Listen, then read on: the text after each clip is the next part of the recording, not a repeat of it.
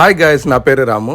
నాకు travel business ఉంది. రీసెంట్గా నేను 25 మందితోటి ఈజిప్ట్, టర్కీ, జోర్డన్ ట్రిప్కి అయితే వెళ్ళాను. ఫస్ట్ డే మేము ఈజిప్ట్ మమ్మీలు చూసుకున్నాం, బట్ వీడియోలు తీయలేదు. గాయస్, ఇప్పుడు మనం ఉన్నాము ఈజిప్ట్లోని సూయిజ్ కెనాల్ దగ్గర. సో మీ అందరికి తెలిసే ఉంటుంది సూయిజ్ కెనాల్ గురించి. సో సూయిజ్ కెనాల్ దీని హిస్టరీ అయితే ఇది 193 కిలోమీటర్ల పొడవు ఉంటుంది అనమాట. సో ఇది మ్యాన్ మేడ్ ఒక కెనాల్ అనమాట. సో ఇది మన మధ్యధరా సముద్రం నుంచి ఇక్కడ ఎర్ర సముద్రం కలుపుతుంది. సో ఈ కెనాల్ క్రాస్ అవ్వడానికి ఏ షిప్ అయినా సరే మినిమం 4 కోట్లు అయితే టోల్ గేట్ కట్టాలంట.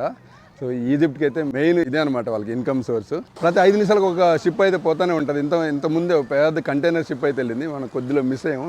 ఇంకో షిప్ కూడా వస్తుంది, కనిపిస్తుందా? So 193 kilometres. ఒకవేళ ఇది కానీ కట్టకుండా ఉంటే సో చుట్టూ ఆఫ్రికా అంతా తిరిగిపోవాలి. సుమారు 6,000 కిలోమీటర్లు ఎక్స్ట్రా వాళ్ళకి లెంత్ పెరుగుతుంది. ఈ రూట్లో షిప్ జర్నీ అంటే అంత ఈజీ కాదనమాట.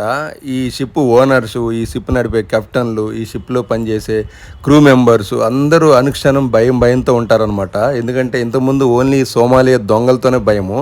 ఇప్పుడు కొత్తగా ఏంటంటే యమన్లో ఐటీలో వాళ్ళ దాడులు ఎక్కువైపోయినాయి. ఒక పక్క హమాస్ ఉగ్రవాదులు, తర్వాత ఇజ్రాయిల్ అటాక్స్, ఇవన్నీ చుట్టుపక్కల యుద్ధ వాతావరణం. మళ్ళీ రీసెంట్గా అమెరికా కూడా వచ్చి జాయిన్ అయిపోయింది. ప్రపంచంలోని సముద్రం పైన సరుకు రవాణాలో 30% ఈ కాలువ ద్వారా నడుస్తుంది అనమాట. మీ దగ్గర అమెరికా వీసా ఉందా? నా రాబోయే trip America, Mexico, Colombia, Peru, Brazil ట్రిప్లో మీరు జాయిన్ అవ్వచ్చు. వాట్సాప్ చేయండి.